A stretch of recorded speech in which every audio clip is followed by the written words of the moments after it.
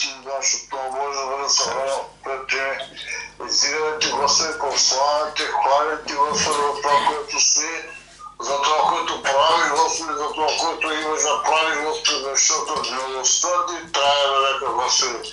Боже, ние си ти благодарни за тази си си верен Бог и ти, Господи, отплаща според верността си. И тази вечер, когато гледаш вярата ни, Боже, ние ти молим, Господи, да ти да благословиш и да дадеш претърпкано мяра на благословение на нашата вяра, Господи, така че когато ако искаме от Тебе, ние ще можем.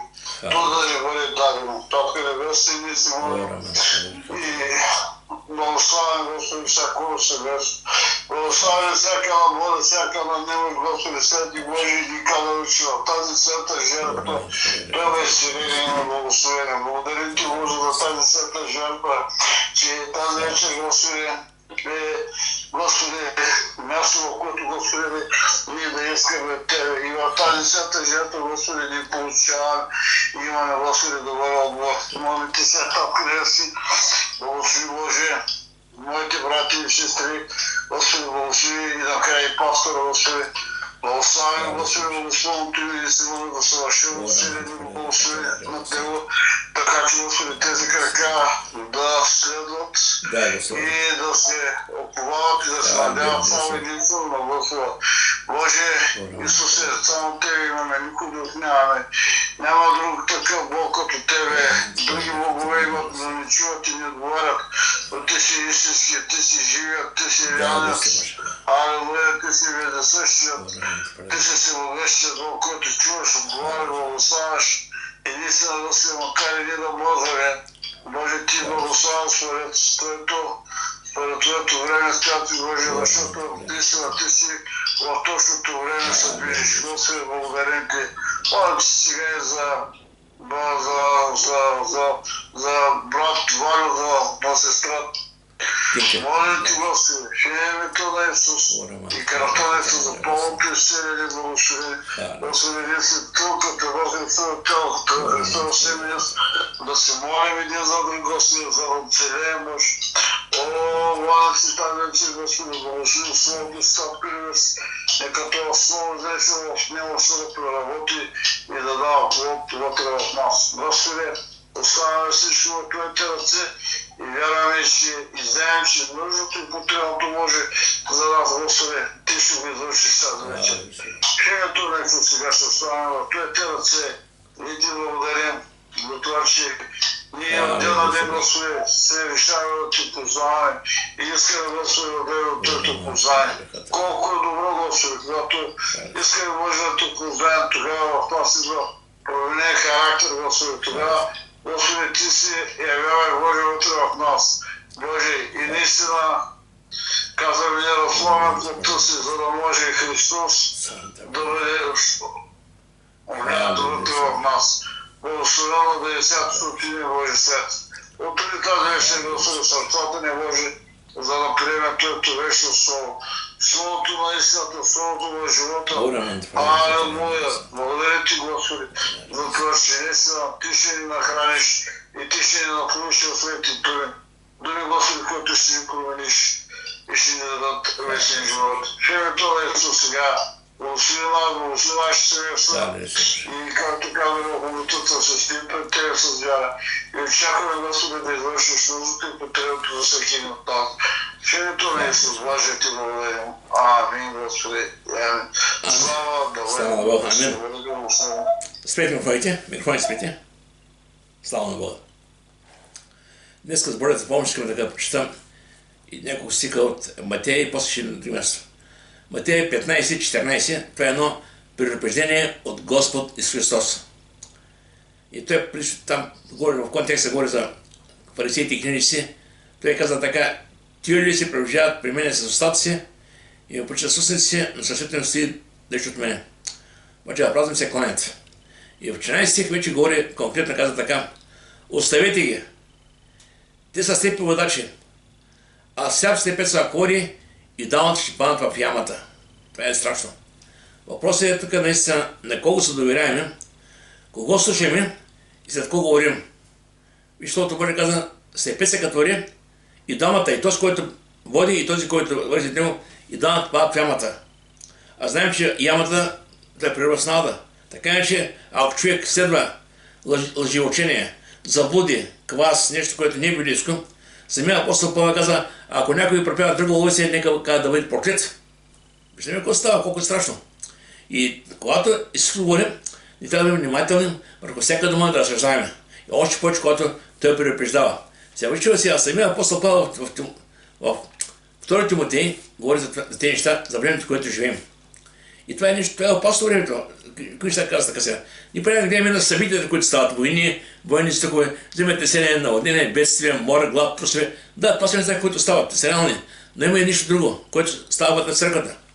И казва така, защото че дойде време, когато няма търпят здравото учение, но преди да ги сърбят ушите, ще да учи според своите страсти. И когато отворят ушите от истината, ще бъдат към басните. Как мислите, ако някой слуша баси и такива проповедници, които приказват само красиви неща, само красиви, ще е ли е параец? Как помислите? Аз няма да говоря. Сами си помислете. Защото бъде ще учители по своите страсти. И сега думам, да там има хора, които говорят толкова красиво, толкова приятно, толкова не е хубаво. Ама чакай сега. Дали този, който говори Божието Слово? Дали този, който говори, Словото му води към небето? Така че не се трябва да внимаваме тези неща. Сега Словото Божие казва, че има измамници по последни времена. Разбира се, това е нещо, което ще бъде до края. Това няма да бъде само 1, 2, 3, 5. Преди да казваме, ще отмине. Знаете, Гамалил, когато там гонеха църквата, първата църква, Гамалил, един мъдър мъж, каза така, внимавайте. Тези апостоли, това, което говорят тези хора, ако това е от човешко, то ще отпадне. Обаче, ако е от Бога, внимавайте да не се окажете и богопротивници. Сега, тук апостол Павел предупреждава, че те казват така, нечестивите човеци, измамници ще влошават повече и повече, като мамят и бъдат мамени. Сега от тази страна, трябва да се предпазим, да не хулим някой Божи човек, който пък е поставен от Бога, който в момента може да говори нещо, което не го разбираме. Но трябва да пък си внимателни, че ще има и такива учения, които се проповядват, в чието център няма да е Христос. И трябва да внимаваме относно тези неща. Той каза, не всички човеци се влошават все повече и повече. А при малко в Тимотей каза така, ще дойде време, когато няма търпет здравото учение, няма търпет. Значи, понякога здравото учение е сериозно учение, твърда храна. Понякога изобличава, понякога получава, понякога наставлява, понякога се дава. Не може да приказва само красиви неща, само цвете и рози. И Словото Божие казва, тогава като отвърнат ушите си, цяло да се обърнат от истината и започват да слушат такива учения. Това е страшно разбетима. И към Тимотей апостол Павел дава едно силно насърчение и то стих е много силен. Казва така. 1 Тимотей 4,16. Внимавай на себе си и на поучението си, защото като правиш това, ще спасиш и себе си и служителите си. Внимавай. Значи трябва да внимаваме какво проповядаме, какво слушаме, какво съдаме, на какво се доверяеме. Защото примерно казахме, слепец са коли и това тямата. Така че отговорността на този, който говори, отговорността на този, който го следва. И затова не трябва да бъдем много към тези неща. Знаем, че вижте, сам Исус каза относно пътя, вижте, не трябва да търсим някакъв път за спасение, освен Христос. Не трябва да търсим някакъв друг път, който да следваме. В Притчи 16:25 така, има път, който се вижда прав в очите на човека, но краят на път ще към смърт. Много хора оставят живота си, добра работа, кола, къща, семейство, пари. Да, това са нещата на обаче, разбирате, не това е най-важното. Имаш къде по-важно. Христос да бъде в живота ти, в сърцето ти. Сами си казва Словото Божие, какво ще ползва, ако спечелиш богатство на цялата земя, а загубиш живота си, какво ще вземе с душата си? Така че човек трябва да запита наистина, докъде и как наистина от този свет не трябва да се опита да се втрачи толкова много, че няма време за Бога, няма време за утре, няма време за нищо. Знаете, има са много моите в живота си, когато говоря на хората, не връщам. Абе човек и лансър, аз се помня. Като пари, аз нямам свободно време като тебе, аз съм заед човек. И започвам колко много работа имал. И няма време за Бога. И аз им кажа, вижте, работа никой няма свърши. Тя ще почне след тебе да има. Теб няма тема, работа почне да има. Има време за Бога, защото Екклесиастът 1 казва така. Има време за всяко нещо и срок за всяка работа под небето. Има време. Това, че ние не намерим време за всичко проблема, че самите нас. Трябва да се поставим правилно приоритетите. Кое е важно, кое е по-маложно, така че наистина и семейство, и работата, и църквата, и общението, трябва наистина да си имат своите места в живота. И знаете, няма забравя преди време, когато учих в Близка академия при 30 години, лектор ни каза така: човешки живот е като каза едно колело с спици. Това е семейство, това са децата, това е работа, това е служението, това е църквата. И каза, когато една спица се разслаби, цялото колело почва вече да трака. Когато съм да кажем, има сфери от човешкия живот, които човек няма пренебрегва. Това е всяко нещо. Семейство, дома, работа, църквата, общението, приятели. Всичко трябва да бъде в унисон в Божие Слово. Така че наистина трябва да се обмяна някакси времето да направим така, че да стига до всичко. Сега вижте, сами си казвам, аз съм пътят истината живота и никой не да ходи през това живота. Значи няма дума. Преди всичко трябва да бъде Христос в нашия живот. Преди всичко. В Словото Божие казва, Матей 6 глава, 25 стих: не се безпокойте, какво ще ядете, какво ще пиете, какво ще обучите. Не бъдете отношения, но търсете първо Неговото царство и Неговата правда и всичко останало, как ще се прибави. Значи първото той трябва да бъде. Да, всички неща, които са необходими, Бог ще даде здраве, ще даде възможност, ще даде работа, ще даде всичко необходимо. Така че ние трябва да стоим твърдо пред Господа с вяра в Бога. Сега, има един интересен стих, който искам да влезна малко. В Яна 6:44, аз при малко говоря групата, пак ще го кажа, това е хубав. Казва така: никой не може да дойде при мене, ако не го привлече Отец ми, който ме е пратил, и аз ще го последен ден. Никога не може да при мене. Цяло виждаме, тогава някой ще да как може човек да спаси. Искам да кажа, че Бог идва в живота на всеки човек. Идва при всеки човек. Кани го, показва му истината, и от човека зависи наистина вече той как ще реагира. Аз съм да кажа, че никой човек няма да бъде спасен против неговата воля. Така че в спасението участва и Бог и човека. Бог идва при човека. Кани го. От човека зависи наистина какво ще направи. Ще дам стиха за това. Исаия 55 казва така: търсете Господа, докато може да намерите, призовавайте го, докато е близо. Във вторият песен 16 така: очите на Господа тишат само там, почитано от цялата земя, и търсят сърца съвършено изпълнени към него, за което е милостив към тях. Виждам, че той търси хора, които да го търсят. И когато има хора, които са готови, идва Бог при тях, знае, това са негов избор, той е суверен, идва, показва реалността и вече от човека зависи какво е тази блага вест. Евреи 3:15 казва така: ако днес чуете гласа му, не закоряй сърцата си. Или не спрете, че не чувате, това е много пъти. Значи това е важно. И знаем, че в самото спасение участва Бог и човека. Това не става, вижте, ако и Бог може да спаси всеки човек така, но Бог е правил така, че човек да взима участие, той сам така каже: да, Господи, искам да бъда спасен. Искам да бъда с тебе. Вижте сега, и после казва така: нещо, което е важно, че никой не може да е при Отца или при Бога без Христос. Така значи, вижте, религии много. Всяка религия си има своите неща, които правят. Някой викат да бъде добър, прави добри неща. Някой пазят дни, някой правят ритуали, някой правят традиции. Обаче разберете ме, спасението, пътя към Бога е само чрез Христос. Няма значение да си турчин, американец, африканец, японец. Това няма никакво значение. Христос е единственият спасител, единственият хватая в небето. Така че това е пътят сега. Някой ще как да станем и дадем при Бога, как да дадем при Бога сега. Това е много интересно. Но основание на какво да при Бога? Аз съм грешен човек, кой да каже: Господи, аз съм грешен и идвам при Тебе. Ама на какво основание идвам при Тебе? Аз съм грешен. И тук Словото Божие казва така: Ефесяни 2:13. А сега представи Исуса, вие, които някога сте били далече. Значи всички хора са били далече поради греха. Значи винаги Словото Божие разделя хората в Словото на евреи и езичници. Евреите бяха Божи народ. Езичници бяха хора, които не познават Бога. И тук сега и едните и другите, и езичници, и грешници, и евреите имат вече достъп до небето. Кога? Чрез Христа са вие, които някога далеч, се поставени близо чрез кръвта на Христа. Кръвта на Христа. Тази кръв, която се проявява, те се проявяват всички. Без значение от тетност, без значение кой как изглежда, без значение от името. Без значение от интелектуално, социалното положение, това няма значение. От значение единствено вярата. И после казва така: защото чрез него и едните и другите имаме своя достъп при Отца в един дух, чрез него, чрез Христос. И казва: и като дойде благовестта мир, и на вас, които бяхте реч, имате, които са близо. Мир с Бога. Това е много важно. Вижте, в Римляни 5 казва така: и тъй, оправдани с вяра, имаме мир с Бога, Христа Исуса. Мира с Бога първо, и после мира в този свят, с хората. Сега, в Деяния 4:12 Петър на 50 се Петър проповяда една проповед. Тогава 3000 човека повярваха, че сега проповед. После станаха 5000 човека. И тези хора събираха всеки по храма и по къщи. Разискаха, постоянстваха, почет на апостолите, предаваха хляба, общението и молитвите. Правяха наистина всеки ден общение. И сега какво става? И имаше един човек там пред храма, Куц. И когато Петър и Йоан пред храма, той ги видя, проси пари.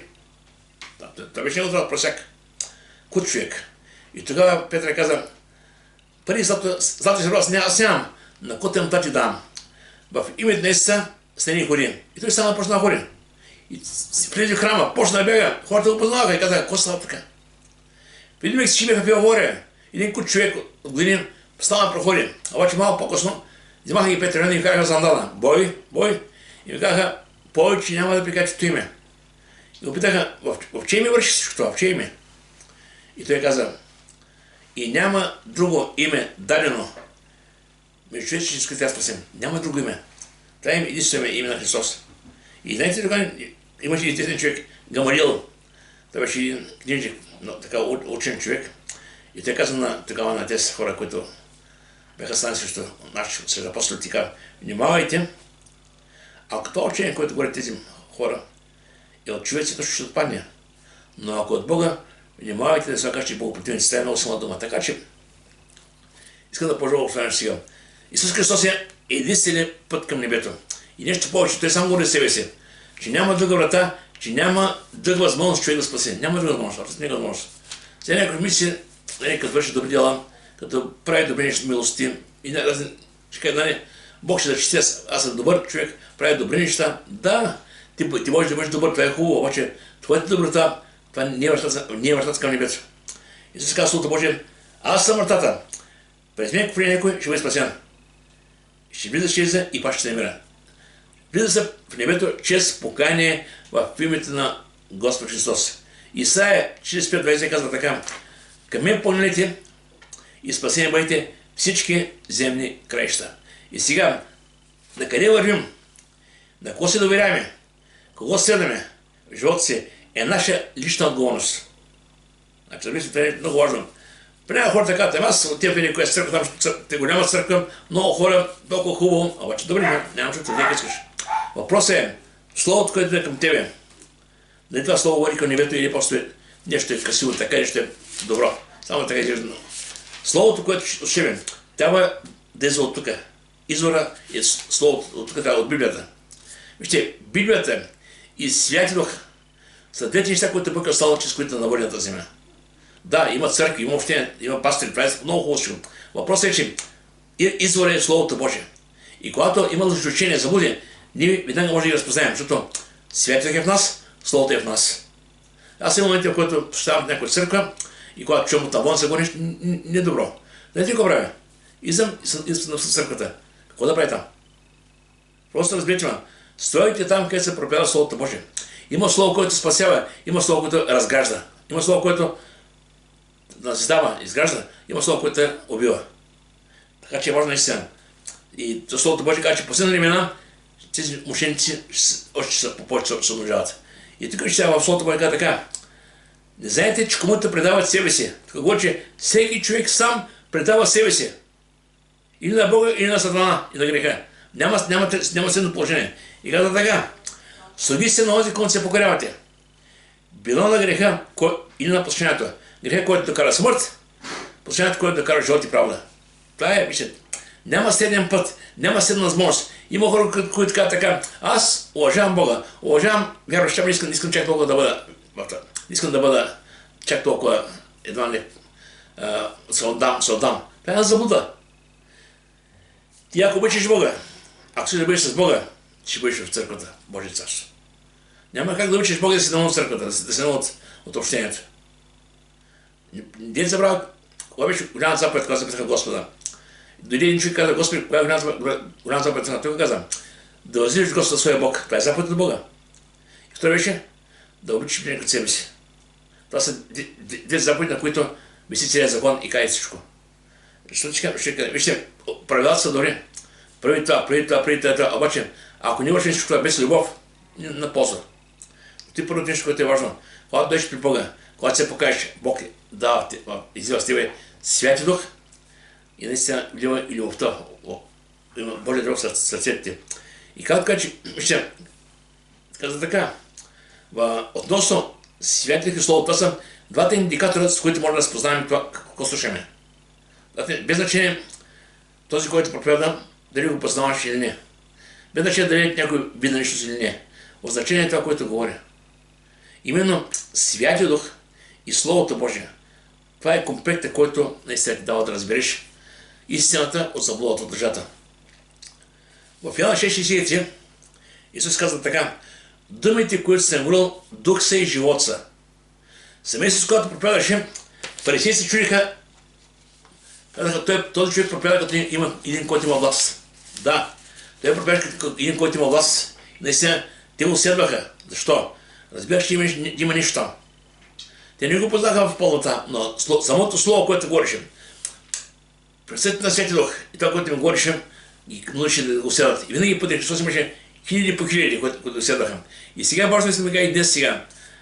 Трябва в сърцата си да се научим да следваме Господа в покорство. Не само да бъдем религиозни. Ще кажа защо. Религиозният човек само преди докъде да следва някого и какво да прави, какви ритуали да върши. Ще кажа защо преди, може около 20 години, работих в една мекана. Бях музикант, бях вярващ. И аз обикновено, когато вярвах в Господа, който да работя, да се кажа, че съм вярващ. И там на управител жена тя беше барманка и става дума, че съм християнин. И те казват, аз също съм християнин, казвам, аз петък каза не готвя, събота там ден на мъртвите, почна ми горе, викам, чакай. Аз не вярвам тези неща. И как каза, нали, не сме християни, казвам. Викам, и сега, аз вярвам това, което пише Библията. И започна да ми горе, полека, тя разбра се, че това, което вярва тя, това не е истинската вяра. Много пъти хората вярват в някакви ритуали, традиции и си мислят, това е християнството. Но това е заблуда. Християнството не е религия, не е ритуали. Християнството е да имаш живо общение с Бога. Бог е личност. Зато и Словото Божие казва в Йоанна 17, а това е вечен живот, да познае тебе, единният истинен Бог и истинната смърт, да познае тебе. А това става чрез вяра, чрез покаяние. Амос 5:6 казва така: потърсете го, ще живеете. Еремия 2:13 ще потърсите, ще намерите, когато да потърсите цялото сърце. Сега, относно вижте, как да следваме Бога сега, вижте, ще дай един пример, ще оставя звед малко и после ще кажем някои неща върху новия звед. Изход 19 глава. Израелтяните бяха 400 изгодни под робство. И когато Бог наистина видя, те се молиха, Бог видя положението, слезе ги избави чрез Моисей. Обаче, ще говоря малко по състоянието накратко. Обаче, какво направи? Когато ги изведи, вече минаха през Червеното море, през Суха, и после заха там на планата Синай. И тогава Бог слезе при тях. Обаче, малко преди да слезе при тях Бог, той говори на Моисей. Виж, какво му каза на Моисей. Това са много неща, които са важни.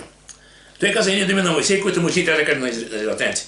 И каза така да кажеш на някой дом и да решиш на потомците на Израиля.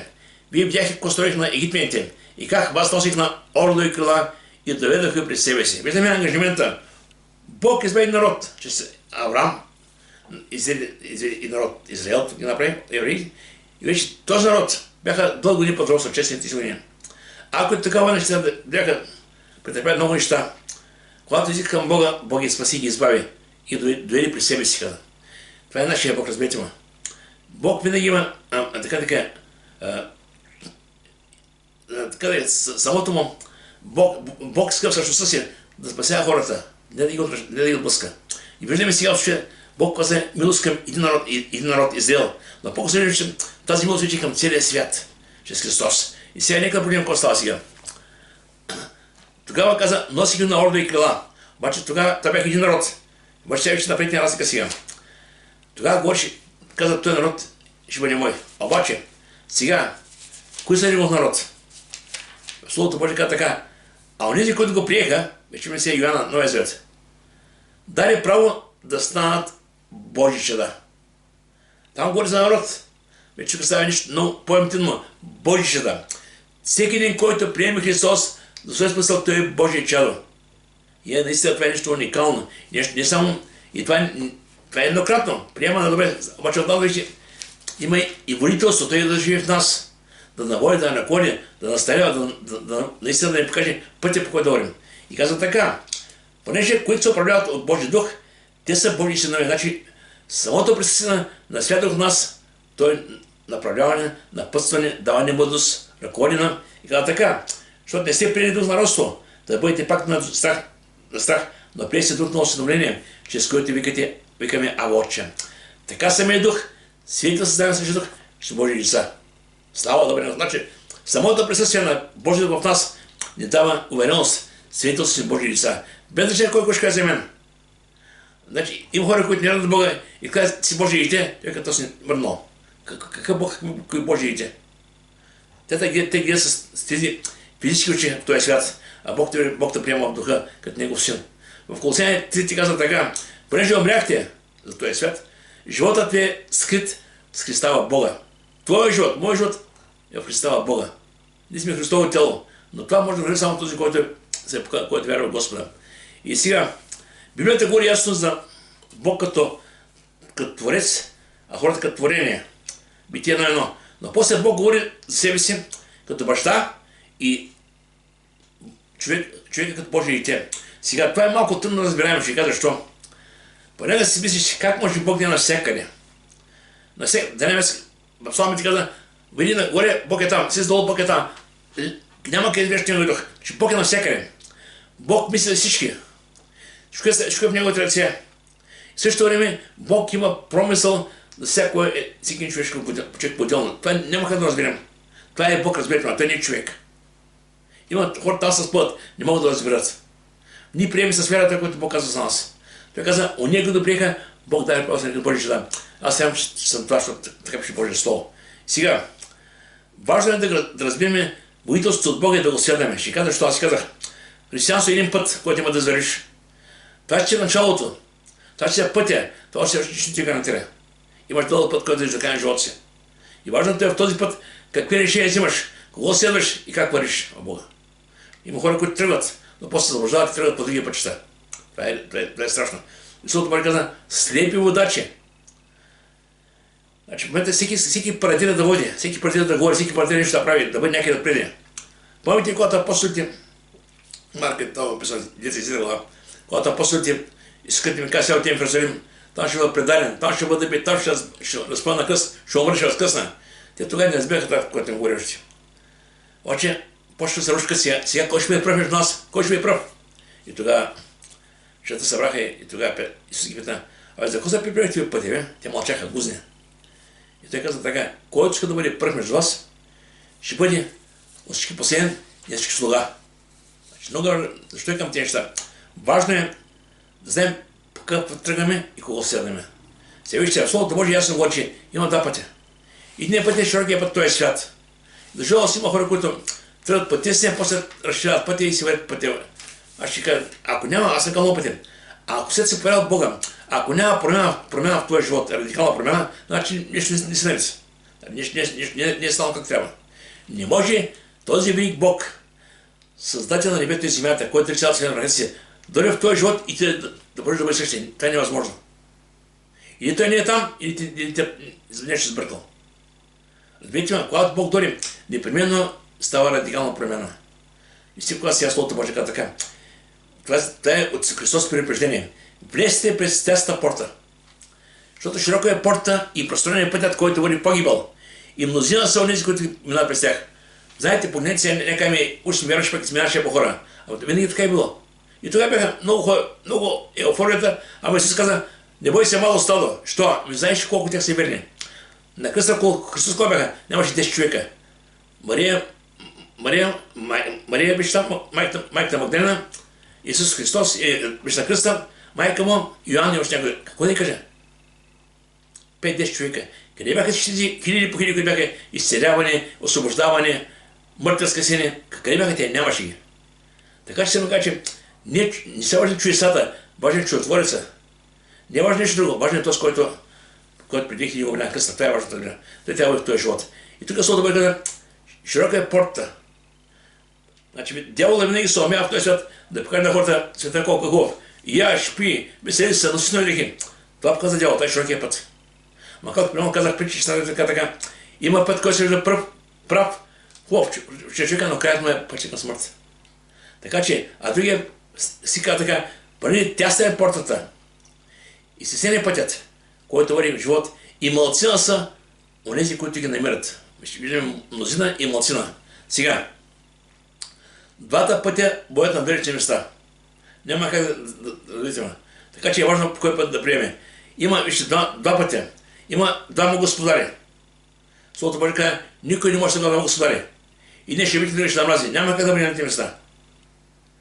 После, всеки сам избира своя път. Никой на сила, никой не го кара. Различно. Понякога хората ми казват така, как може добрият Бог да види него в ада? Вижте сега. Добрият Бог е дал воля на човека. И човека със своите избори, със своята воля, избира с колко иска да бъде. Той е свят, виждаме, видим е свят. Обаче знаем, че да завеси на този свят си сатана. А Бог ти предлага вечен живот. Обаче иска да го обичаме, да го приемем. Знаете, що е към важно? Знаете, този свят се приема с виждане. Хората искат да имат твърда основа, това, което виждат. А Бог се приема с вяра. И ако човек каже, Боже, аз те обичам, искам да бъда с тебе. Сега ще ви кажа къде е разликата. Сега, когато човек обича някого, мъж, жена, момче, момиче, харесват се, обичат се. Те се виждат и други. Харесват се, имат нещо, визуално, че се харесват се. Харесват ти как готвим, харесват ти как се отнася с тебе, как говориш, това са които харесват. И се прави, че ти са оженвати. Това е между хората. Обаче при Бога е друга. Това е любовта между хората. Бог иска да го обичаме, не за това как изглежда, а за това, който е, каквото е. Това, което е той. Бог е създателя. Бог е твореца. Бог е съдържателя. Да даде всичко в своите ръце. В ръката на Бога е всичко. Бог да е спасител. Бог е приготвил небе. Това са неща, които са на първ поглед така видени с написани. За толкова велики неща за нас. И човек трябва да бъде благодарен на Бога, когато чуете Господи благодати. Що да прави за мен. Боже благодати, че дошъл при мен и си се успел да мога да знам, че това е истина. Вижте, в Откровение трябва да ска така, така мен църква, но има и за нас така слово. Ето сина, аз бъде хлопам. Ако някой чуе гласа ми, и от вратата ще гледа при него, той при мен ще учеме заедно. Бог продължава да хлопа. Бог продължава и днес да кане. Бог разсегне времената, да може повече и повече хора да влязат да дойдат. И вижте сега, Исаия 55, 8, 9 каза така. Исаия 55, 8, 9. Няма да взема много време, каза така. Моите пътища не се като нашите пътища. Моите помисли не се като нашите помисли. И както след земята от небето, толкова и моите пътища и моите помисли да ищат от вас. Значи, какво значи? Всеки човек се мисли за мъдър, че не знае как да живее живота си. Още повече човек, като е млад, си казва, те мен пари ми дай, не ми дай, аз знам как да живея. А обаче и само с пари не става, знаете. Знаете, бъде да си имаш пари, накрая ти да пропиля, всичко какво да прави. Искам да ви кажа, че необходимо е човек наистина да се нуждае от мъдрост. И когато човек вярва в Господа, тогава разбира, че има един, който е промислял всичко. И за живота му, и за здравето му, и за бъдещето му, и за след този свят. Това ще го прави нашия Бог. Сега, когато наистина Словото Божие казва, в Яков 1:5 казва, ако някой от вас не достига мъдрост, нека просто вяра. Няма такъв човек, който знае всичко. Аз познавам хора, които имат със себе, че знае всичко. Знаят това на всеки един въпрос. Не може да знае всичко. Само Бог знае. От нас е, когато нищо не разбираме, нещо, което не може да е правилно решение. Словото Божие каза, искат Бога мъдрост и Бог ще даде. Яков 1:5. Това е истината. Бог е добър и Бог не сам. Искам да викаме към Него и Той е готов. Сега и нищо, което е важно, много така каза, поне които са приятели от Божи син, те са Божи синове. Тези хора, които са приели Бога, те са управлени от Него. И Святи Дух не стои при тебе само така, да стои там като ти кажа, като стоиш някакъв съд на пътището, там да стои. Не, той идва да живее. Идва в тебе да разплантува. Нещо направи радикално. Прави в тебе ново създание. Ако някой Христос, той е ново създание, става ново. Почва да обновява мъци с Словото Божие. Той после каза, ако по духа живеем, по духа да ходим. Виждаме, че наистина става нещо ново. Ако по-искаме живее как живее този свят, вече започнем да живеем по начин. Други ценности, друга визия, друг път, вече всичко се променя. И това става именно чрез Бога. Сега,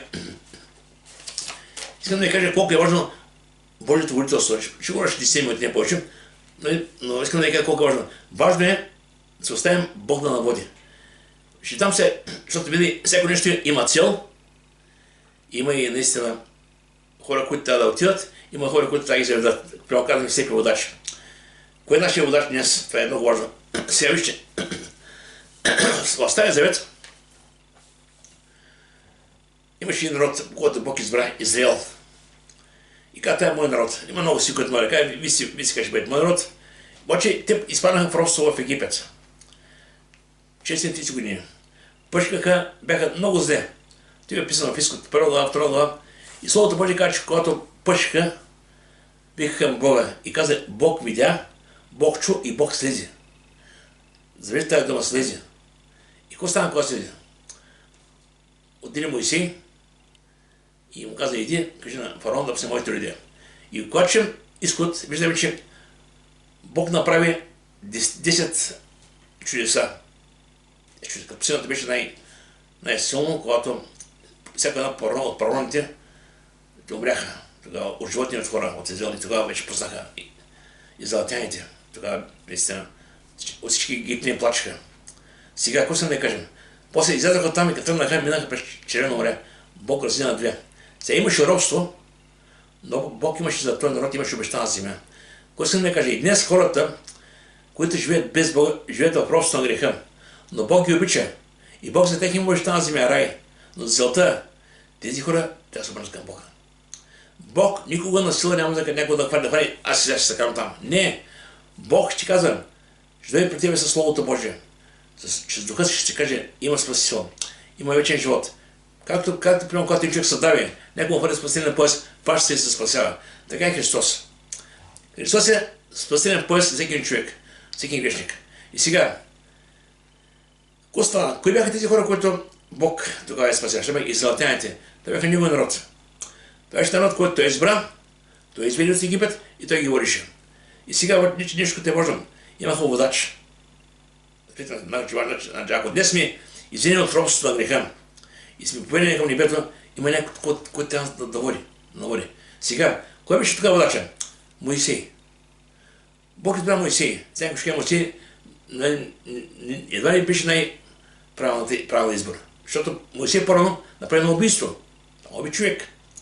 Но после, когато срещна Бога, когато имаше съдържа с Бога, стана най-кроткият човек на света, най-кроткият. Вижте, човек може да има много неща в този свят без Бога. Но вижте какво става с него, когато приеме Бога. И виж какво стана сега. Той беше водач, Моисей. Но имаше нещо повече. Имаше един, който покориш пред Моисей. Това беше Господ. Словото Божие каза, Господ вървиш пред тях. Значи това е, което трябва да не скачим. Този, който проповядва, този, който ви говори, той трябва да седа някого, така че да се видя силата него. Искам да кажа, че всичко това, което говорим към Христос. И целта на всеки от нас е да изяви Христос, не да изяви човека. И водачът беше Христос, беше случая Моисей, но пред него беше Господ. И сега, нещо, което е важно, тогава денем имаше облачен стълб, а нощта имаше огнен стълб. И това нещо, което е важно.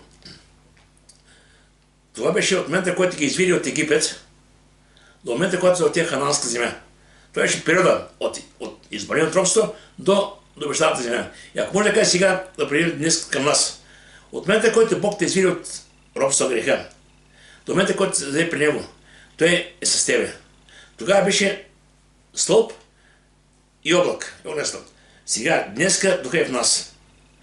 Неговото присъствие, Неговото Слово е това, което е с нас и той е това, което ни дава посоката и ни дава разбирането за къде пътуваме, как да вървим. И то става от момента, който човек вървя Господа, Духа е в него, но вражда се и започва нов живот. И Духа е именно този, който те води към небето. Сега обаче имаше задължение. Ние понякога приемем само това, което ни дава като дар. Спасете дар по благодат, шапка на тояга, да ще играем. Не е така. Какво беше задължението на израелтяните? Вяра и покорство да сидят водача. Когато Бог им се яви, в Изход 19 глава, нямаше сега да слушате, тя е много дълга, те се оплашиха, там гръм, трясъци, бури, станаха голяма какафония. И тогава те се оплашиха и казаха, Моисей, иди къде се горе, Бог говори на тебе, ние няма отим, защото се страхуваме. Ти говори на теб да говори, ще кажеш на нас. Те видяха Бог в цялата всъщност. Понякога, когато говорим за Бог, не говорим само добри неща. Бог е любов, Бог е добър, Бог е милостив. Обаче това е една част на Бога. Бог е любов, но Бог е справедлив. Бог е милостив, но има и Божий гняв. Значи трябва да знаем, че Бог има съпредседател от всичко. И така че трябва да бъде внимателно това. Сега, и те вече бяха готови и казаха: Моисей, нека Бог ти говори тебе, и тебе ще слушаме. Значи Моисей беше посредникът между Бога и човек Израел. Сега, обаче, поне какво става сега? В Евреи 3 глава казва за цялото това поколение, трябва да го помним. Защото вижте, това поколение беше там, видя най-много чудеса. Обаче това поколение въпреки всичко и остана по сцената. Знаете защо? Каза така. Защото кои като чуха го преогорчиха? Не уния, които изядаха от Египет чрез Моисей, и против кои не го дойдат 60 години. Не те против уния, които се грешиха и ще трупове паднаха по сцената. На кой ще се крие, че няма вряд неговата почивка? Не на уния, които бяха непокорни. И те виждаха, че поради неверието си, те не можаха да влязат. Те виждаха всички неща, но при всяко едно изпитание се роптеяха, бяха огорчени, искаха да бе с камъни Моисей, Арон и Снен народа. И тогава показва стели. Тези хора, които роптеят, те ще станат тук. Техните деца ще бъдат там. И така стана. Така че вижте, това, че си на пътя, това, че в момента стоиш, това ще нищо не ти гарантира. Словото Божие каза: не високомислай, но бой се. Сега ще малко искам да кажа някои неща, около 5 минути, за водителство в Новия Завет. Сега, там, когато Бог видя всичко, каза, че Бог слезе. Не така, Бог слезе. Сега в Новия Завет друг слезе. Бог виждаше състоянието на човечеството. Нуждаем се от спасител. И какво направи се? Вече Словото Божие каза така. И се каза: аз съм хлябът на живот. Взимайте само 6. Иоанна 6. Че съм каза: защото слязах от небето, не е моята воля да върша, а вършата този, който да правя. Слязах от небето. В Стария Завет Бог слезе. В Новия Завет Исус слезе от небето. Защо? Да имате спасение, аз да бъде спасение. И сега, каква е целта? В Стария Завет целта беше хананска земя. Че някой месец земята.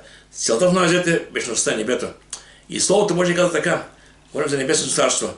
В Матея 16:26 се казва: какво ще се ползва, ако виждаш богатството на цялата земя, а загубиш живота си? Какво ще да взема душата си? Няма кой да реши, нищо да реши.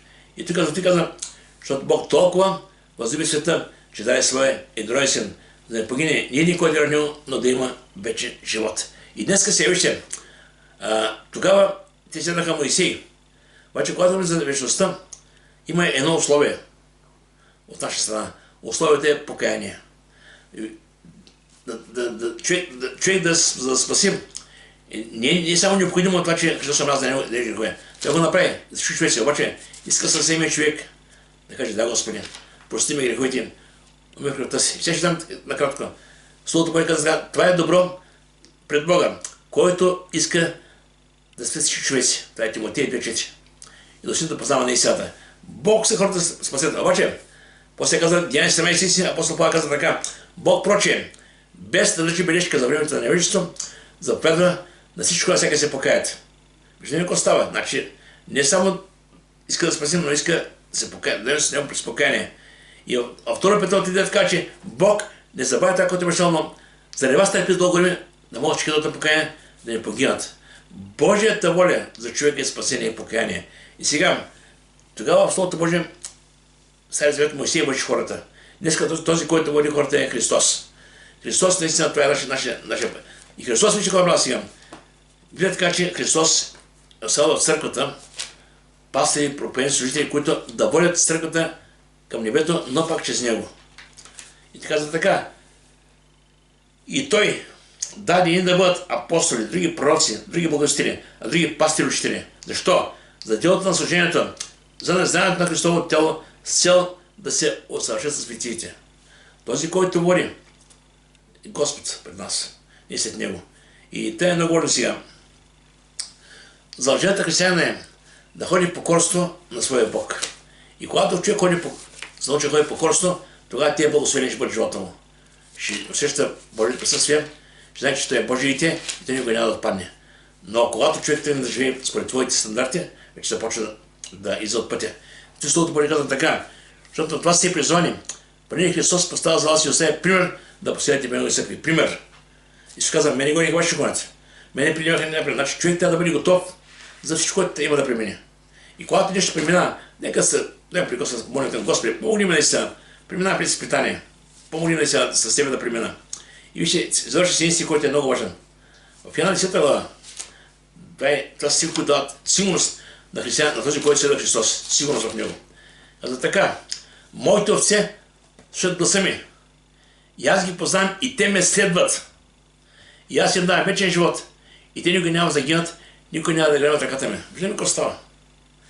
Стоейки в ръката на Господа, там сме сигурни място. Но ако сами ние пожелаем да отидем тук на мен, губим всичко, разберете ме. И важно е, ще дам така един природен, така една алегория, ако мога.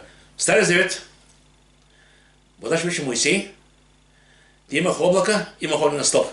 В Новия Завет, водач е Христос, че е светлюх и че Словото Божие. Нека Бог да благослови, нека не забравим, че Бог е същия и днес. Той не се е променил. Дали? Халилуя се Боже. Нека се молим сега. Гали! Свети Господи, пред Тебе си Боже в този час. Благодарен си Боже, днес чуя си прекрасен ден. Това още някой от тези